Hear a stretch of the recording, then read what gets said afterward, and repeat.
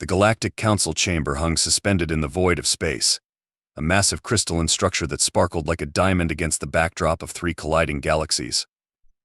Inside, Admiral Kex'tar paced nervously before the Grand Assembly, his ceremonial feathers shedding microscopic motes of iridescent light with each step. As head of the Galactic Defense Council for the past 37 cycles, he'd handled everything from quantum plague outbreaks to hyperspace pirates. But nothing, absolutely nothing, had prepared him for this particular crisis. He paused before the central podium, his forearms automatically adjusting his medals of honor while his secondary brain ran through diplomatic protocols. The assembled representatives of over 10,000 civilizations waited in tense silence. Some floated in containment fields, others existed as pure energy, and a few appeared only as mathematical equations hovering in specialized quantum displays. All of them, however, shared the same worried expression, assuming they had faces to express worry with. Esteemed members of the Grand Assembly, Kex'tar began, his mandibles clicking in what his therapist called an obvious tell of anxiety. As your Defense Council head, I have always strived to maintain absolute transparency regarding threats to our coalition. However, the situation I must report today is unprecedented. He activated the chamber's holographic display system with a thought. Above the assembly, a small blue-green planet materialized, spinning lazily. 3 solar cycles ago, our long-range monitoring stations detected an unauthorized transmission to this primitive world, designated as Earth. The signal originated from a Vex'kri probe, presumably attempting to gather intelligence on unaligned worlds. Before our containment teams could intercept, the humans had already responded. And now his feathers drooped so low they nearly touched the floor. Now they want to help. The chamber erupted in chaos. Representative T. Lara of the Silicon Collective sparked so violently they temporarily shorted out 3 nearby translation fields. Their crystalline forms cycled through the entire electromagnetic spectrum in distress. Help? But they're barely at Class 2 civilization status. They still think cat videos are the pinnacle of cultural achievement. They only achieved faster than light travel last weekend, bellowed Ambassador NX Tix of the fungal concordat, their spores glowing with incredulity. Half their planet still argues about whether their own moon landings were fabricated. Precisely my concerns, Kex'tar responded, expanding the holographic display. However, their primary military strategist, a Commander Cooper, has proposed a combat solution that is, he paused, searching for the right word, unique. The display shifted to show images that made several energy-based council members flicker in shock. They wished to deploy their planet's apex predators against the Vex'kri forces. The chamber fell into a silence so profound that even the quantum observers stopped calculating. Then, slowly, Representative Zix of the Gaseous Confederation began to wheeze with laughter, their methane cloud rippling with such force it nearly breached containment. Apex predators, Zix managed between gaseous guffaws. You mean those soft, furry creatures they keep in their habitation units? The ones they dress in miniature clothing and post on their primitive data networks? The beings they call? Zex's translator crackled, searching for the right terms, floofs and good boys. Kex'tar's feathers bristled to their full height, creating a static charge that made the nearest holograms flicker. I assure you this is no laughing matter. I have personally reviewed their proposal, and while unconventional, their reasoning is disturbingly sound. These creatures, primarily classified as dogs and cats, have evolved alongside humans for millennia. They possess capabilities that could prove devastating in combat scenarios.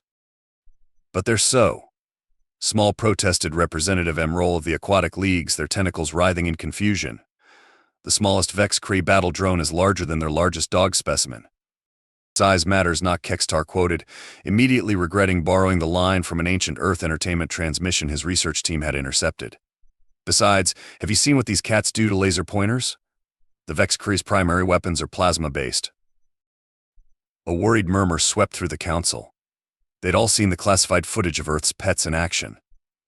The way these creatures could seemingly violate the laws of physics, their inexplicable ability to materialize in impossible locations, their terrifying persistence when pursuing prey or treats. Even more disturbing were the reports of their psychological warfare capabilities, the ability to manipulate more advanced beings with something humans called puppy dog eyes. There's more, Kex'tar continued, his voice dropping to a worried whisper that still somehow carried to every corner of the massive chamber. They've already begun training operations. They're calling it Operation Good Boy. The council's collective groan echoed through the chamber, rattling the crystalline walls. They all knew what this meant. Once humans started naming military operations with puns, there was no stopping them. The last species that had tried to oppose humanity after they reached this stage had ended up becoming the galaxy's largest consumer of something called dad jokes. And the Vex'kri asked a quantum observer, their probability cloud fluctuating with concern. How have they responded to humanity's involvement? Kex'tar's feathers shifted to a shade of blue that hadn't been seen since the Great Catastrophe. They haven't. The Vex'kri don't know yet. But when they discover that humanity has joined the war, he let the thought hang in the air like a miniature black hole. Well, let's just say I don't think their battle simulations accounted for the chaos factor of a golden retriever with a tennis ball. The council chamber descended into worried discussions, negotiations, and in the case of the gaseous representatives, concerned bubbling. None of them noticed Kex'tar's personal assistant, a small hovering drone, receiving an urgent update. Operation Good Boy had already deployed its first wave. The war was about to go very, very weird. Commander Jack Cooper was having a perfectly normal Tuesday morning when humanity accidentally joined an intergalactic war. He'd just settled into his office at the International Space Defense Command ISDC headquarters in Geneva, balancing a dangerously full cup of coffee in one hand and trying to untangle his earbuds with the other, when every single electronic device in the building started screaming. "Oh, come on," he muttered, watching his coffee slosh over the rim of his World's Okayest Commander mug, a gift from his sister. "I haven't even checked my emails yet." The screens around his office flickered to life, displaying cascading strings of alien characters that definitely weren't part of any Earth language. His phone started playing what sounded like dubstep made by quantum computers. Even his smart watch was going haywire, displaying what appeared to be a four-dimensional emoji. Dr. Maya Rodriguez, the ISDC's head of xenolinguistics, burst into his office without knocking. Her usually immaculate lab coat was askew, and her augmented reality glasses were projecting holographic symbols into the air around her head. "Commander, we're receiving a signal. An actual, real, honest-to-science alien signal." She paused, noticing his coffee-soaked desk. "Oh, bad time." "No such thing as a bad time for first contact," Cooper replied, trying to maintain some dignity while dabbing at his shirt with a handful of tissues. "Unless they're selling extended warranties for our planet's magnetic field or something. Please tell me they're not space telemarketers." Maya's AR glasses beeped, adding another layer of floating symbols. "It's not spam. Well, it appears to be a distress signal, or maybe a warning. Or possibly a recipe for something that requires 11 dimensions to bake properly. The translation software is having a bit of an existential crisis." Cooper sighed, tossing the coffee-soaked tissues into his trash can. The can helpfully announced more caffeine detected. "Your beverage consumption statistics have been updated." He really needed to disable the smart office features. "All right, what do we know for sure?"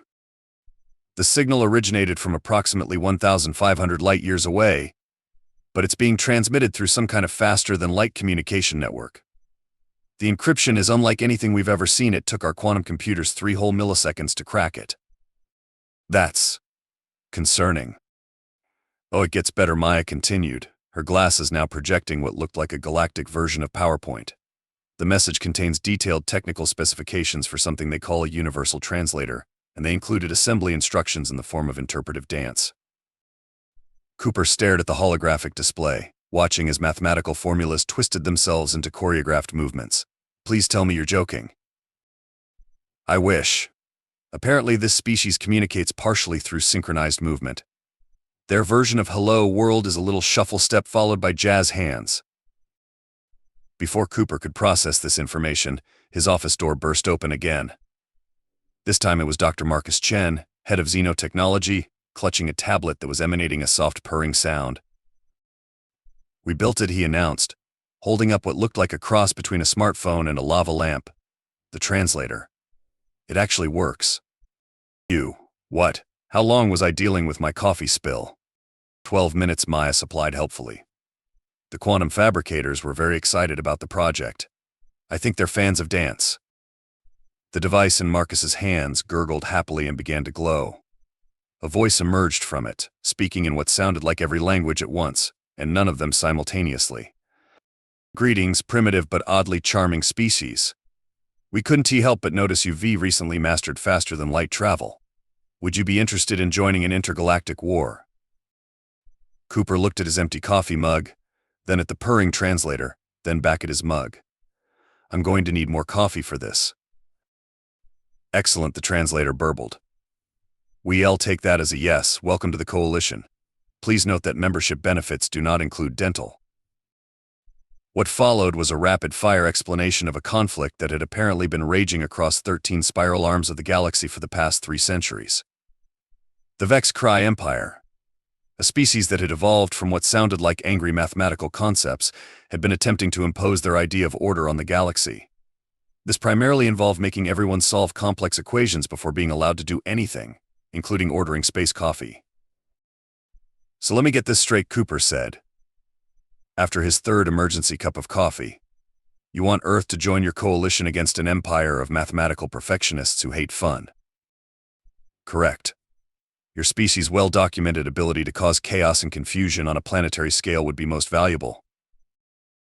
Maya's glasses were now displaying what appeared to be a live feed of various alien species watching EarthCat videos. Commander, I think they've been monitoring our internet. Of course they have, Cooper sighed. Please tell me they haven't seen. Your feline-based entertainment has been particularly enlightening, the translator chirped, especially the one with the keyboard and the Pop-Tart. Marcus was furiously taking notes. They've definitely seen Nyan Cat. Cooper slumped in his chair. Humanity's first official contact with alien life, and they were already judging us based on memes. But something about the message was nagging at him. Wait, why did you contact us directly? The signal mentioned something about an unauthorized transmission. The translator made a sound like a nervous cough. Ah, yes. About that. We weren't actually supposed to contact your species for another 50 years. But one of our probe ships got distracted by something called Spotify and accidentally revealed our presence. The Galactic Council is going to be quite upset. More upset than they already are about the war with the angry Math Empire. The Council believes in proper procedural order. Also, they're still trying to understand why humans keep putting small outfits on their predator companions. Cooper looked at the growing crowd of scientists in his office, all watching the translator with a mixture of awe and amusement. Somewhere in the building, he could hear the quantum computers humming what sounded suspiciously like "Never Gonna Give You Up." Right, he said, standing up. Maya, get me a direct line to the UN Security Council. Marcus, see if you can stop the quantum computers from downloading any more memes. And somebody please get me a fresh coffee. If we're going to war alongside aliens who discovered us through cat videos, I need to be at least 70% more caffeinated. Excellent initiative, the translator beamed. But perhaps we should discuss your planet's most intriguing military assets first. Our what now? Our companion predators. The ones you call dogs and cats. Our analysis suggests they would be most effective against Vex'kri forces. And that's how, on a perfectly normal Tuesday morning, humanity not only joined an intergalactic war but also began planning what would become known as Operation Good Boy. The Vex'kri Empire had no idea what was about to hit them, and neither, for that matter, did the Galactic Council. Though, to be fair, no one in the galaxy was truly prepared for what would happen when humanity decided to weaponize the power of pets. Dr. Emma Rhodes had spent her entire career preparing for alien contact. She'd studied xenobiology, learned theoretical extraterrestrial languages, and written 17 papers on potential interspecies communication methods. Nothing had prepared her for standing in front of the Joint Chiefs of Staff, explaining why humanity's best weapon against an advanced alien empire was, essentially, pets. So you see, she gestured at her presentation, featuring a golden retriever wearing tactical gear. Dogs have already proven themselves adaptable to military operations. But what our alien allies haven't realized is that Earth's pets have developed abilities that seemingly defy physics. Commander Cooper, sitting in the front row, watched as she pulled up video evidence. Exhibit A: cat's ability to fit into any container, regardless of size or shape. Exhibit B: dog's capability to detect and respond to events before they occur, particularly involving food or walks. Exhibit C: the inexplicable phenomenon of finding pet hair in sealed, sterile environments. General Martinez raised her hand. Dr. Rhodes, are you suggesting we weaponize the Zoomies? Precisely, Emma beamed. The Vex'kri Empire bases everything on mathematical precision. Their entire battle strategy relies on perfectly calculated probabilities, but they've never encountered anything like a cat knocking objects off high surfaces for no apparent reason. The room erupted in murmurs as Emma switched to her next slide, showing a complex training facility under construction. Welcome to Operation Good Boy. We've already begun recruiting our best four-legged operatives. The facility footage showed dogs in advanced training scenarios, German shepherds learning to operate in zero gravity, border collies mastering tactical formations, a corgi figuring out how to herd plasma bolts. In another section, cats were being cats, knocking over experimental equipment, appearing in supposedly secured areas, and generally causing chaos with mathematical precision. The best part, Emma continued, eyes gleaming. The Vex'kri's primary weapons are plasma-based. Guess what cats think plasma bolts look like? Laser pointers, Cooper realized, remembering his own cat's obsession. Exactly. And dogs? They see tennis balls. The Vex'kri have accidentally designed their entire arsenal to look like toys to our forces. Admiral Chen leaned forward. And you're sure they can be trained for space combat? Emma's response was interrupted by an alarm. On the screen, they watched a husky figure out how to operate the zero-gravity controls, leading to what the incident report would later describe as unauthorized artificial gravity zoomies. Training is progressing, Emma managed, as they watched the husky's joyful chaos spread to an entire squad of dogs. We're focusing on channeling their natural abilities rather than restricting them. For instance, we've discovered that cats' natural tendency to knock things off edges works surprisingly well against Vex'kri sensor arrays. The presentation continued with more footage, a Persian cat materializing inside a sealed test chamber, a Labrador's tail wagging, causing unexplainable disruptions in enemy targeting systems, a Maine Coon sleeping on critical equipment and somehow improving its performance. But the real breakthrough, Emma said, pulling up her final slide, came when we discovered that purring frequencies interfere with Vex'kri quantum communications. They literally can't math when cats are around. As if on cue, a small black cat appeared on the conference table, despite the room being sealed and guarded. It proceeded to walk across the holographic display, somehow improving the resolution. That's Lieutenant Whiskers, Emma explained. She's heading our stealth division. We're still not entirely sure how she gets into secured rooms, but we've learned not to question it. Cooper watched as Lieutenant Whiskers settled onto General Martinez's lap, instantly winning over one of the military's toughest commanders. Around the room, hardened military officials were failing to maintain their stoic expressions. There's one more thing, Emma added, her expression serious. We've confirmed that both dogs and cats can detect Vex'kri infiltration units. Apparently the Empire's attempt at stealth technology sets off the same response as vacuum cleaners. The room fell silent, broken only by Lieutenant Whiskers' strategic purring. Finally, General Martinez spoke, absently petting the cat. Dr. Rhodes, how soon can your units be ready for deployment? Emma's grin would have made a Cheshire cat proud. Oh, they already are. In fact, during this briefing, our K9 units have successfully infiltrated every secured facility in this complex. Check your phones. Everyone's phones simultaneously lit up with the same message, a photo of various dogs and cats lounging in supposedly high-security areas, several playing with classified equipment. One German shepherd had somehow figured out how to operate the coffee machine. Ladies and gentlemen, Emma concluded, as Lieutenant Whiskers teleported to a higher vantage point, welcome to the future of interstellar warfare. The Vex'kri Empire is about to learn why humans have always known that resistance to cuteness is futile. The Vex'kri battle fleet hung in space like a collection of perfectly arranged geometric shapes, each ship positioned according to precise mathematical formulas. Admiral VC Prime 7.3589 stood on their command bridge, their crystalline form pulsing with calculated confidence as they prepared to launch another perfectly orchestrated attack on the coalition forces. All units report optimal equation status, their second-in-command announced. The attack variables have been solved to 13 decimal places. Excellent. Launch attack pattern PI squared in 3-2. Alert. Anomaly detected. The bridge erupted in chaos as their sensors detected something unprecedented, a fleet of small, irregularly shaped vessels approaching their position. But more disturbing were the energy readings they were getting from inside these ships. Impossible VC Prime's crystalline surface rippled in distress. These energy patterns don't conform to any known mathematical model. On the main screen, they watched as the lead vessel's bay doors opened. What emerged defied every combat algorithm in their database: a swarm of space-suited dogs, each equipped with propulsion packs and what appeared to be tennis ball launchers. Enemy units are launching projectiles, an officer reported. VC Prime watched in horror as hundreds of glowing yellow spheres shot toward their fleet. Their targeting systems, designed to track weapons following precise trajectories, went haywire trying to predict the chaotic bouncing patterns of tennis balls in zero gravity. They're powered by some kind of plasma core, another officer reported. Similar to our own weapon systems, but they're bouncing. Weapons aren't supposed to bounce. Before VC Prime could respond, their comms crackled to life with an incoming transmission. A human voice, far too cheerful for combat, rang through the bridge. "This is Commander Cooper of the Earth Forces.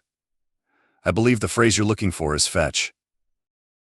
The space-suited dogs, using their propulsion packs with impossible agility, began chasing the plasma-powered tennis balls through the Vex'kri formation. Ships had to break their perfect geometric patterns to avoid collisions, their commanders unable to calculate trajectories for objects that seemed to follow no mathematical logic. "Sir, our secondary fleet is reporting." The officer's voice crackled with static. "They're reporting cats in their engine rooms." "That's impossible. Our ships are sealed. How could they?" "Sir, if I may quote the human transmission we just received, cats are liquid." Throughout the Vex'kri fleet, critical systems began failing in mathematically impossible ways. Cats had somehow materialized inside sealed command centers, knocking precisely calibrated instruments off flat surfaces. The fleet's quantum AI was having a nervous breakdown trying to calculate how they were getting in. "Sir," another officer called out, "the dogs have retrieved the plasma balls and they're bringing them back. They're requesting we throw them again." VC Prime watched as their perfect formation dissolved into chaos. A golden retriever in a spacesuit flew past their main viewport, tail wagging happily as it chased a ricocheting tennis ball. Several cats had taken up strategic positions on key equipment, their purring somehow disrupting the ship's quantum probability drives. "This defies all logic," VC Prime declared. "Combat isn't supposed to be cute." "Sir, we're receiving another transmission from the Earth Forces." The human voice returned, now barely containing laughter, "By the way, has anyone on your bridge looked down in the last 30 seconds? VC Prime lowered their gaze to find a small Corgi sitting at their feet, wearing a spacesuit decorated with star patterns. The dog tilted its head quizzically, somehow managing to look adorable despite the vacuum of space. How long has that been there?" "That's Lieutenant Waffles," Cooper's voice explained. "He specializes in stealth belly rubs." The Corgi rolled over, exposing its armored belly in a tactical display of cuteness. VC Prime felt their mathematical certainty crumbling. "This is a violation of every known combat protocol. You can't win battles with good boys." "Actually," Cooper replied, "that's exactly what Operation Good Boy is all about. Oh, and you might want to advise your fleet about the cat's favorite tactical maneuver." "What tactical maneuver?" Right on cue, across the Vex'kri fleet, cats began knocking plasma cores off engine blocks, batting them around like toys. The perfectly calculated Vex'kri formation degenerated into something that looked suspiciously like a game of intergalactic cat and mouse. In the end, the battle that would become known as the Great Fetch lasted exactly 2.3 hours. The Vex'kri fleet retreated in disarray, their perfectly ordered battle plans shattered by the fundamental chaos of Earth's pets.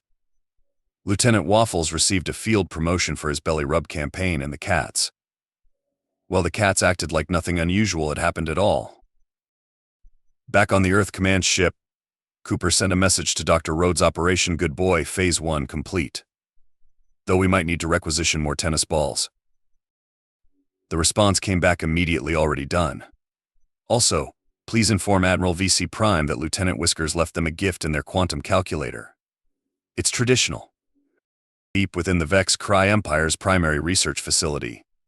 Lieutenant Whiskers led her elite team of feline operatives through mathematically perfect ventilation shafts. The mission was simple: infiltrate the facility, disable their quantum probability engines, and prove once and for all that cats could indeed be liquid when it suited them. The facility's security systems were designed to detect any matter larger than a hydrogen atom. They weren't, however, designed to account for cats' ability to exist in multiple states of matter simultaneously. Team Whiskers. Status report. Dr. Rhodes's voice whispered through their specialized collar communicators. Lieutenant Whiskers responded with a purr that somehow translated into perfect military code. Behind her, her team of specialist cats moved with liquid gray shadow. The void-black Bombay cat specialized in quantum disruption, Princess Floof, a Persian whose fur could somehow jam electromagnetic sensors and tank. A massive Maine Coon who had once crashed an entire Vex'kri battle computer by sleeping on it. The team encountered their first real challenge at a security checkpoint, a corridor of pure energy fields calibrated to stop any solid matter. The Vex'kri guards watched their monitors with mathematical precision, confident in their impenetrable defenses. Lieutenant Whiskers flicked her tail once the signal to deploy their secret weapon. Tank yawned.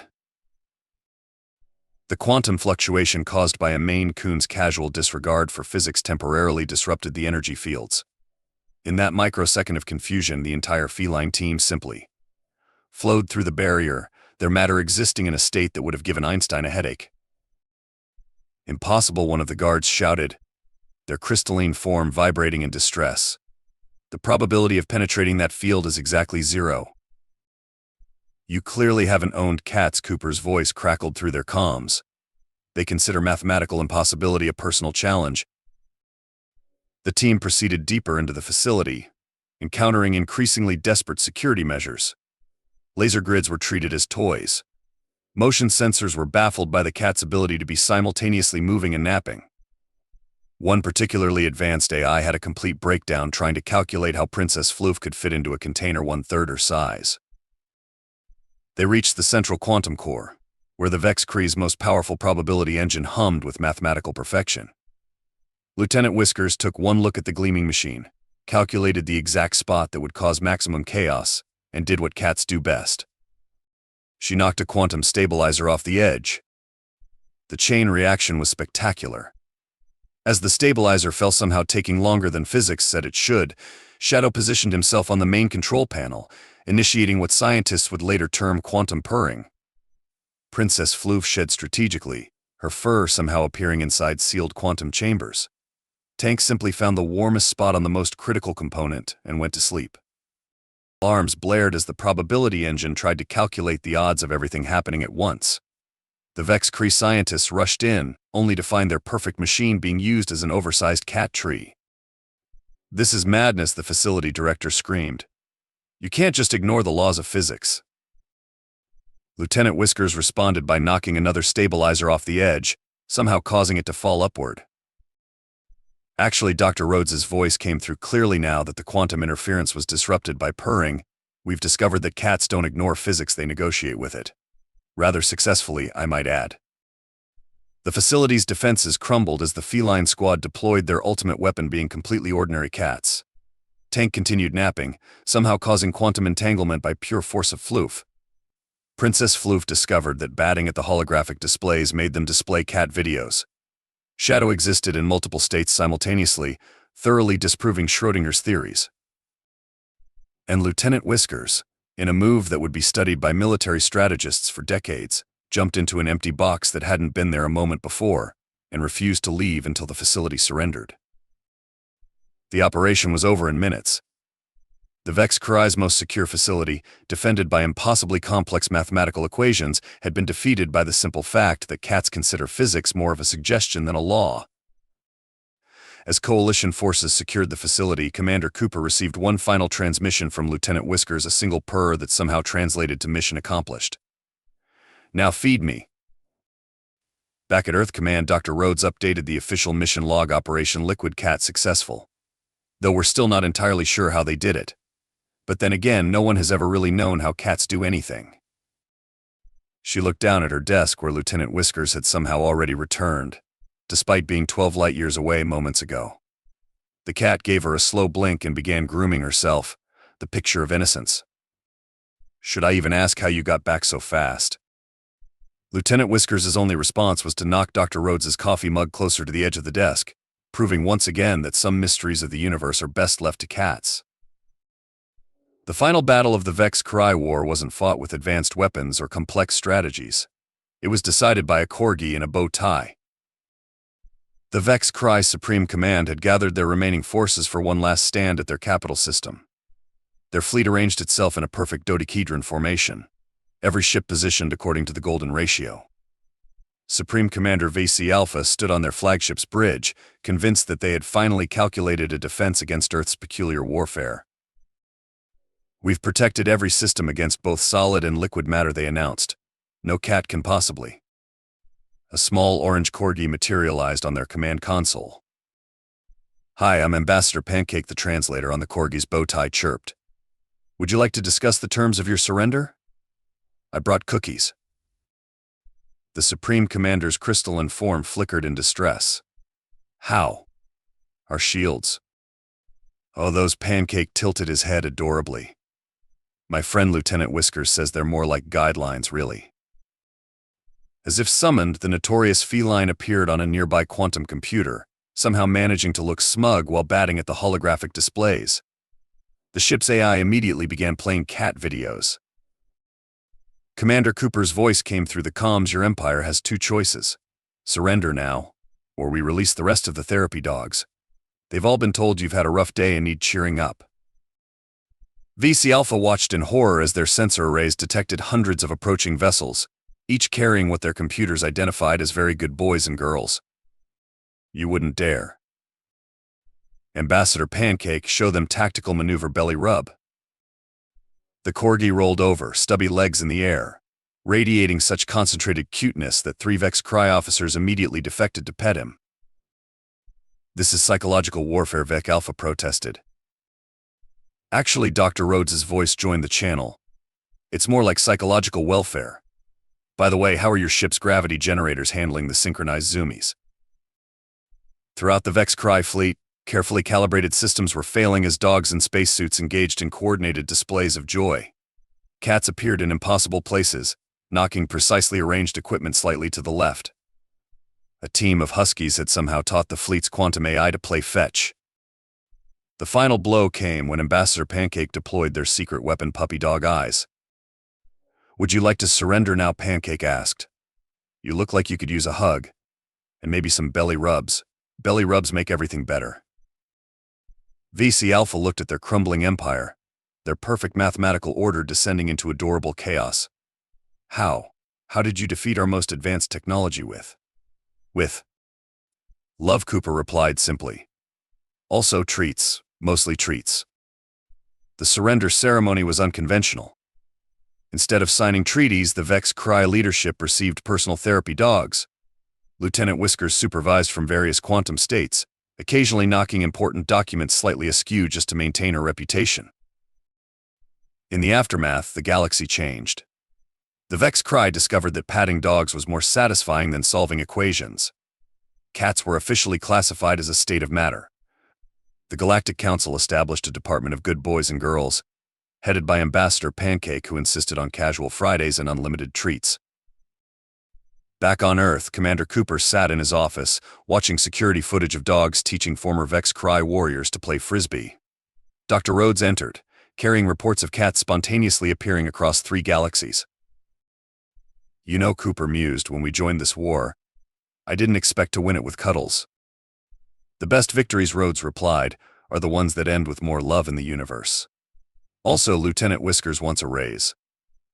She's already the highest paid officer in the fleet. She's also somehow in 3 places at once right now, doing 3 jobs. Cooper sighed, signing the approval form. Any word from Ambassador Pancake?